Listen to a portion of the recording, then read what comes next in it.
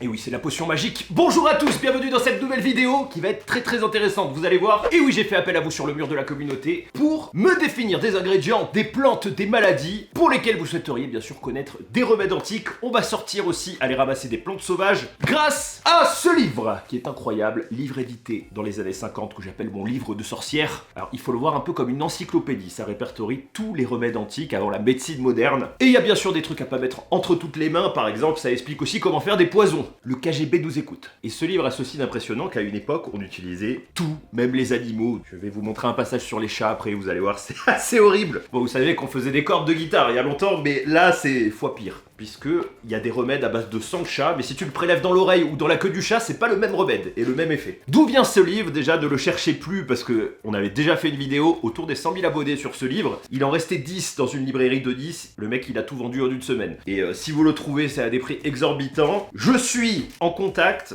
pour d'autres projets. Je peux pas vous en dire plus pour l'instant avec une maison d'édition. Donc je vais essayer de me renseigner si on peut pas faire quelque chose pour ce livre parce que c'est dommage que ça se perde. Mais il faudrait un peu l'adapter au monde moderne. Du coup, parce que il faut le voir en fait, si vous voulez, comme une encyclopédie, plutôt, de l'époque. C'est un livre qui était destiné du coup aux médecins de l'époque. Alors pour faire un bref résumé rapide sur l'herboristerie en France, ce livre a été écrit par une grande herboriste de Nice, une des plus grandes, qui est très reconnue. Ma grand-mère la connaissait, c'est pour ça qu'elle lui a filé un livre. À l'époque, c'est pour ça que j'ai la pochette rouge. Alors je sais plus dans quelle année dans ma mémoire, mais à un moment, ils ont interdit le diplôme d'herboriste, c'est-à-dire que ceux qui l'avaient passé et qui avaient ce diplôme pouvaient toujours vendre des plantes dans un très grand nombre et pratiquer, mais le diplôme n'a pas été renouvelé. Donc forcément, au bout d'un moment, tous les gens qui avaient ce diplôme meurent et il n'y a plus d'herboristes. Disons qu'au niveau européen, alors c'est dans ma mémoire, c'était il y a 15 ans, je sais qu'il y avait un diplôme en Belgique qui allait être uniformisé, mais on n'était que sur une centaine de plantes à l'époque, sachant que là, il y en a facile plus de 1000. Disons que pour le diplôme d'herboristerie moderne, on a gardé que des plantes un peu faciles. Pas dangereuses, hein, parce que là, il y a de l'opium, il y a de la belladone, il y a tout ce que vous voulez. C'est de ce livre qu'est hérité toute la médecine moderne. La différence au niveau moderne, c'est qu'on va isoler la molécule d'une plante pour l'appliquer en médecine. Le problème qu'il y avait sur certaines plantes, c'est que la molécule justement n'était pas stable. Suivant l'endroit où pousse la plante, suivant la saison, elle va être plus concentrée sur certaines molécules que sur d'autres. Et comme il y a toujours des avantages, des inconvénients, puisqu'il y a des molécules mauvaises et des bonnes, des fois il y a des bonnes et des mauvaises qui vont ensemble, pour diminuer les risques, on est passé un peu à la médecine moderne qui était entre guillemets plus efficace, mais l'intérêt de ce livre, justement, pour la médecine moderne est énorme puisque vous avez énormément de plantes et de remèdes qui étaient utilisés depuis toujours, puisqu'il y a 2000 ans de connaissances là-dedans, dont les chercheurs pourraient trouver aussi de nouvelles molécules. Et le problème qu'on a aujourd'hui un peu avec la médecine moderne, c'est qu'on a tendance à associer une molécule avec une maladie. Alors que c'est faux parce qu'une molécule pouvait soigner des dizaines de maladies, pouvait être efficace dessus. Ceci est une introduction à d'autres vidéos où on aura d'autres remèdes, donc abonnez-vous bien sûr si vous voulez voir les suivantes. On va commencer aujourd'hui par des plantes simples, des remèdes faciles,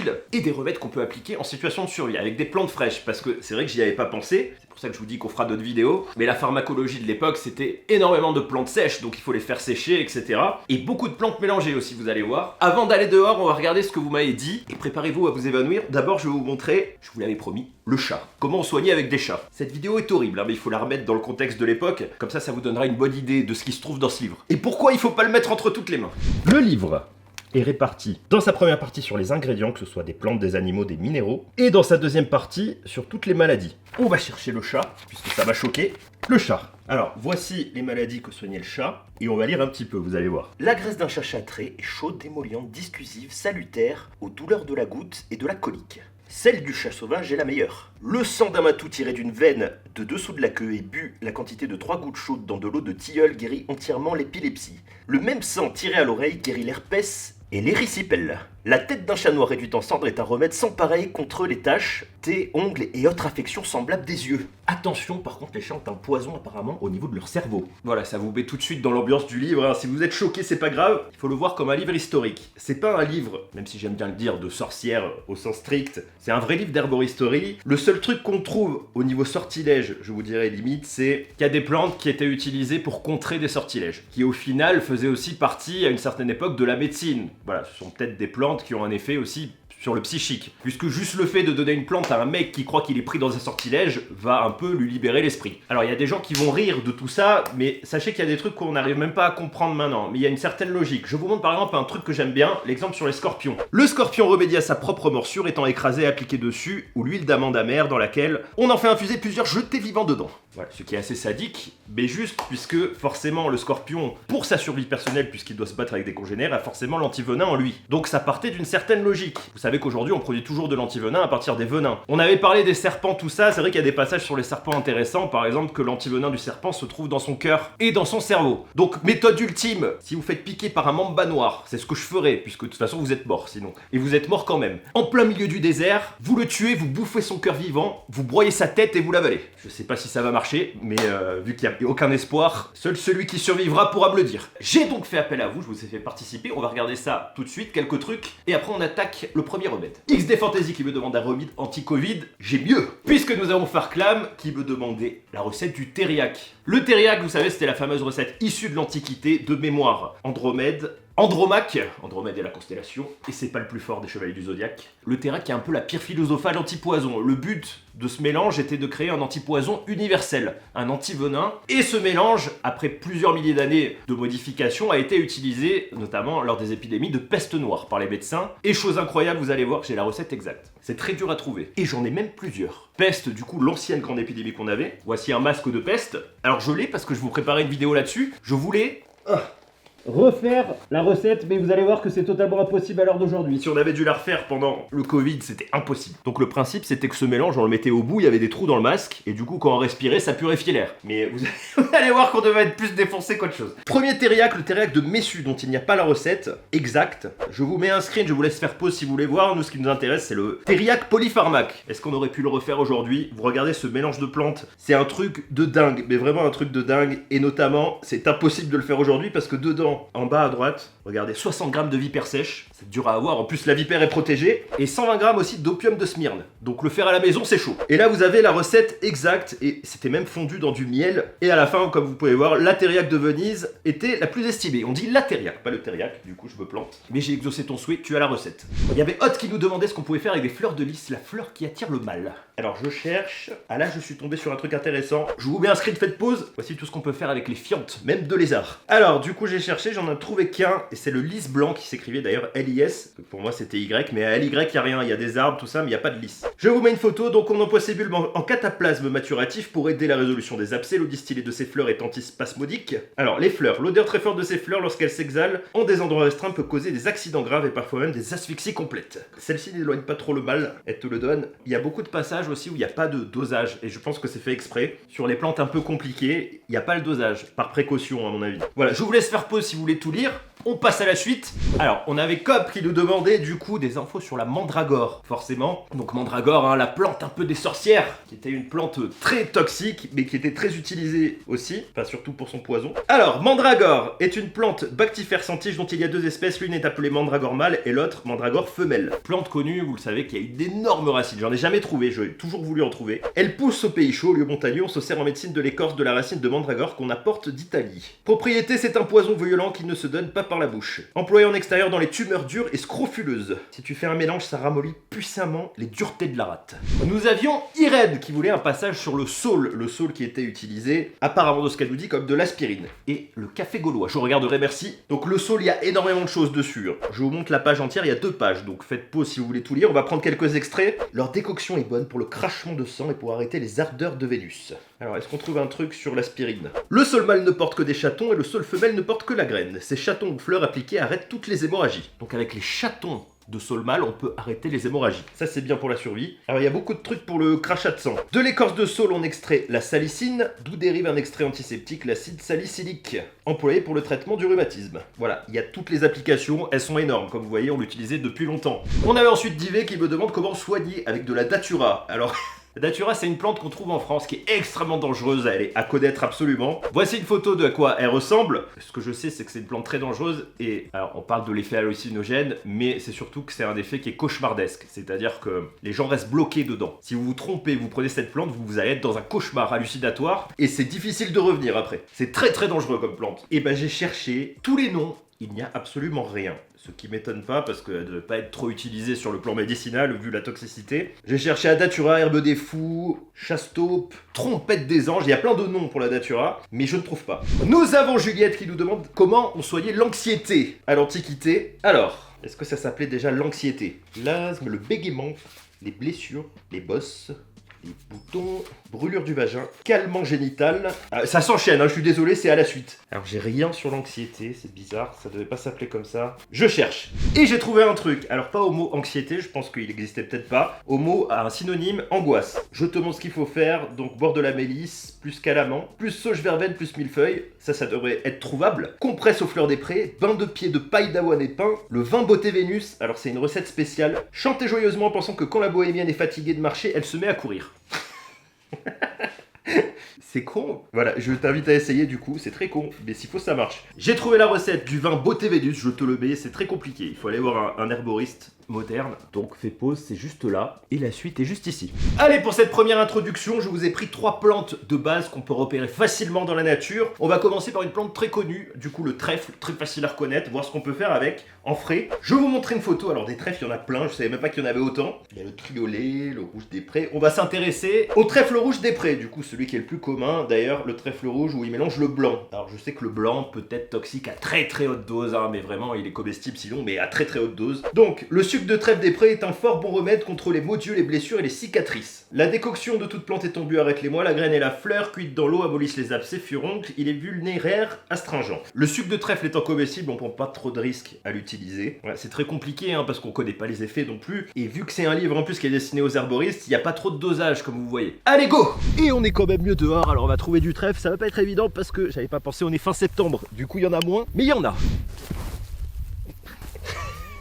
C'était une arrivée incroyable, j'ai mal au coude, du coup j'ai peur. Alors on en a une ici. Alors le sucre de trèfle appliqué sur les blessures. On va le prendre. Je regarde qu'il n'y ait pas d'insectes. Donc comment extraire le sucre? Le sucre du coup se trouve là-dedans.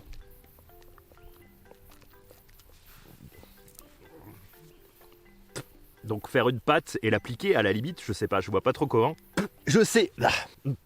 C'est moins bon, c'est sucré en fait l'été, mais fin septembre c'est moins bon. Je sais que c'était utilisé à une certaine époque comme anti-venin, notamment pour les serpents et les guêpes. Donc peut-être une application comme ça, c'est très compliqué hein, de faire ce genre de vidéo, même avec ce livre, parce que c'était destiné aux connaisseurs. On a une méthode en tout cas d'antiseptique qui est plus simple, je vous mettrai une vidéo en suggestion à la fin, on l'avait déjà vu en situation de survie. Voilà, à chercher, à faire des recherches. Bon le trèfle c'était pas terrible, alors il y a une plante, je pensais qui est très simple à reconnaître aussi, c'est le pissenlit. Et là on a 2 pages. Voici, je vous montre la première page, vous pouvez faire pause, on va prendre juste quelques extraits. Et voici du coup la deuxième page, la deuxième partie. Alors en frais, ce qui m'intéresse, l'arachide de pissenlit facilite l'évacuation de la bile, libère le foie et la vésicule. Une cuillère à soupe par tasse, bouillir 5 minutes. C'est un dépuratif de premier ordre. Alors en frais, qu'est-ce qu'on peut faire en frais? J'avais vu un truc. Pline assure que ceux qui se frottent le corps avec le pissenlit obtiennent ce qu'ils désirent. Ah, on est dans un sortilège. Je vais essayer, on sait jamais. Ah voilà. Il efface les taches, nuages et autres vices des yeux en distillant 3 fois par jour dans l'œil le lait qui sort de la tige quand on la rompt, délayé avec de l'eau de fenouil. En distillant 3 fois par jour, j'ai regardé le terme, en fait ça veut dire simplement appliquer sur l'œil. Donc le lait, vous savez, qui se trouve dans la tige de pissenlit. On va essayer, on va voir si je me crame l'œil. Et délayer ça veut dire l'étendre avec un liquide, donc on met le lait et après on met de l'eau de fenouil. Allez, on va se cramer les yeux, on y va. Heureusement on a des pissenlits, du coup on va essayer de prendre le lait. Voici une fleur de pissenlit, normalement quand on cache la tige, il y a du lait qui sort. Alors, il n'y en a vraiment pas beaucoup. Je vous montre de près, regardez, liquide laiteux. Comment on pourrait l'utiliser? Du coup si ça nettoie l'œil, ça augmente le champ de vision, chasse à la lance préhistorique.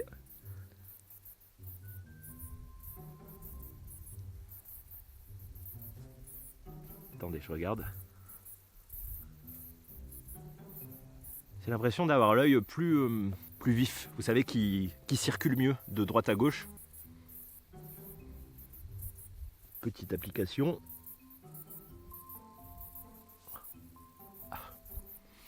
Bon, la bonne nouvelle, c'est que ça fait rien du tout, ça pique pas. Donc déjà, je vais pas perdre mon œil. Je pense qu'il faut malheureusement de grosses quantités, vous voyez, sur une fleur. Et puis on sait pas le dosage, voilà, c'est un peu le problème. Donc faudrait rencontrer un descendant d'herboriste qui pratique toujours. Alors ça exauce les vœux, du coup, en le frottant. Donc je souhaite que tous les gens qui voient cette vidéo s'abonnent à la vidéo. Alors en plante facile, je pensais à la lavande, puisqu'on en trouve facilement dans le sud de la France. On a 2 pages. Alors première page, on se sert en médecine principalement de leurs fleurs qui sont chaudes, des significatifs d'une saveur un peu acre et amère. Famille des labiers, toujours un truc reconnaissance au début. Et regardez tout ce que ça soigne, c'est impressionnant. Donc en lessive, je vois, son odeur suffit à chasser les poux. On frotte aussi la tête de l'huile d'aspic. On la laisse s'envelopper toute la nuit. Le matin, on la lave avec une décoction de lavande et les poux tombent morts. On frotte aussi les bois du lit avec cette huile pour chasser les punaises. Donc n'oubliez pas l'huile d'aspic. Donc calme la toux, l'asthme, la grippe, l'insomnie. Allez, on va tester un remède très simple, c'est parti. Je suis dans la lavande, alors je sais pas ce qui se passe. Je vais vous montrer, il y a plein de punaises sur la lavande.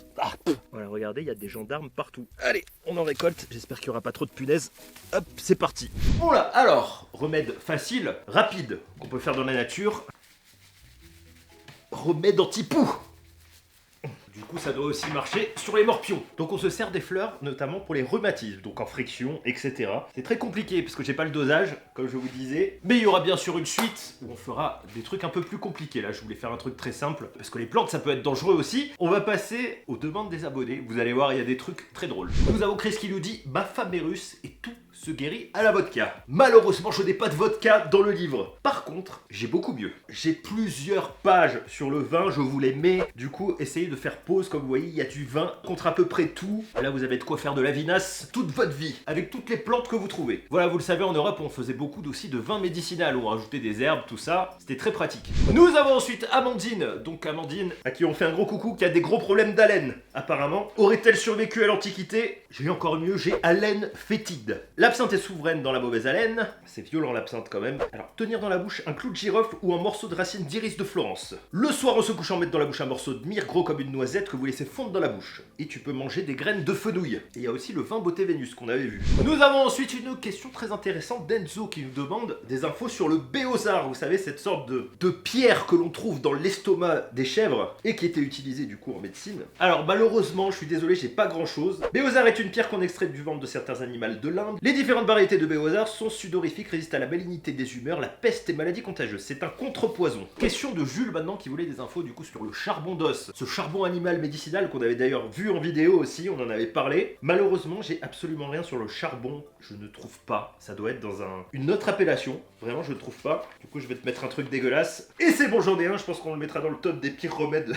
De l'huile de petit chien, puisque tu voulais un remède animal. Prenez 2 petits chiens nouveau-nés, mettez-les dans un pot de terre vernissé avec 12 onces de verre de terre vivant bien lavé, dégorgé de leur terre. Oh, putain, c'est violent hein, quand même. Hein. On les fait bouillir au bain-marie 12 heures. Voilà, ne pas oublier de décanter avec de la térébenthine et une once de cognac. Alors, à quoi ça sert déjà? Parce que, info, si les chiens sont bien petits, on en mettra 4 ou 5. Fortifier les nerfs, bon pour la sciatique et la paralysie. Dissout et résout les cathars. Ah ouais, il faut qu'on fasse une vidéo sur les pires remèdes, parce que y en a plein.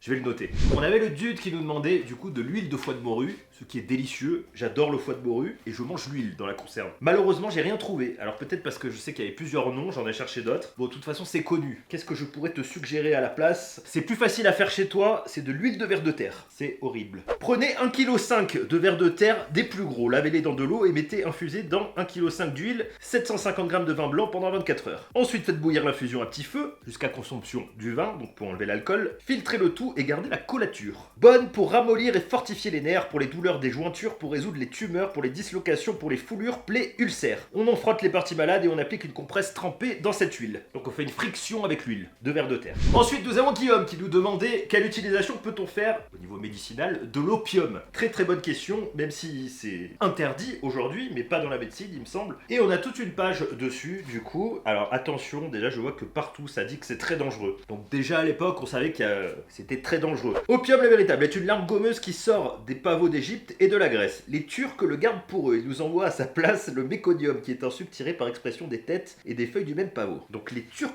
gardent de l'opium pour eux. Nous avons une info historique intéressante. Propriété. L'opium est propre pour épaissir les humeurs, pour exciter le sommeil, pour calmer les douleurs, pour arrêter les cours du ventre, le vomissement, le choléra morbus, les hémorragies, le hoquet, pour provoquer la sueur, pour les maladies des yeux et des dents. Les malades se trouvent délivrés de cruelles douleurs dans leur partie interne par le secours d'un peu d'opium. Donc c'était utilisé comme antidouleur du coup essentiellement. Demande une grande précaution dans la pratique car il supprime les urines et les selles, il renferme de la malignité, il rend les parties livides, excite les sueurs froides, rend la respiration petite et difficile. difficile. La dose est depuis demi-grain jusqu'à 2 grains. Médicament dangereux qui doit être corrigé par la pensée sauvage et le marube noir. Nous avons ensuite Vosges qui nous demande pour les pattes de poule. Alors j'ai pas trouvé un truc spécifique aux pattes de poule. Par contre j'ai les pieds de pigeon qui s'en rapprochent. Les pieds de chat aussi, mais on va arrêter sur les chats. Alors faut pas le prendre au premier degré, c'est le nom d'une plante en fait. Geranium folio malveoe rotondo cibepes columbinus. Je vous mets la photo si vous connaissez cette plante. Vous aurez des remèdes antiques. Question de Elodie qui nous demande les propriétés à l'époque pour la chilée millefeuille. Voici la page, tout ce qu'il y a dessus sur le millefeuille. Donc plante tonique, calmant, antispasmodique, utile dans l'hystérie, les convulsions, insomnie, nervosité. Voilà, beaucoup de vertus, mais il n'y a pas, comme vous voyez, à chaque fois il n'y a pas trop les dosages. Donc c'est vraiment une encyclopédie faite pour un rappel aux gens qui connaissent en fait. Et pour finir, nous avons Pâte à crêpes qui nous demandait la recette du Coca Mariani, que j'aimerais bien connaître, qui était avec de l'alcool apparemment à la base. De ce qu'il nous dit, je sais pas. Alors je ne l'ai pas trouvé, pourtant je suis sûr de l'avoir vu quelque part. Peut-être dans un vin, mais avec un autre nom, mais je retrouve pas. On va donc finir quand même un petit dernier pour la route.